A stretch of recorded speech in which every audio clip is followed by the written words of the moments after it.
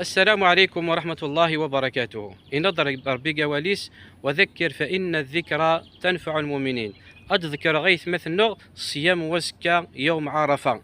على إلا ويث مثنغ تعسنا سمية بشوق، لأنه عالمين دا شون الفضل ذا لاجر يدي تفكر رب العالمين وان راضي زومن عرفة. ولكن هاد تسم كثير كرا ويث مثنغ هذا لربما غاد عدزن وتزومون راه، لأنه أصدى طولان إذا شملان والسنية ذو سنين لان يحمل حال. ولكن مرات تعلم تيما ذا شو ذا الفضل ذا شو ذا الاجر اللي تفكر رب العالمين وين غادي يزوم من عرفه. هذا بالك السنين العذاب تصوت مره. فنسوسق النبي عليه الصلاه والسلام عن صيام يوم عرفه، فقال يكفر الله السنه التي قبله والسنه التي بعده، فيا له من فضل عظيم ويا له من اجر كبير. إون راضي الزمن عرفه وتسذيع ثرى يثمغ لجريه.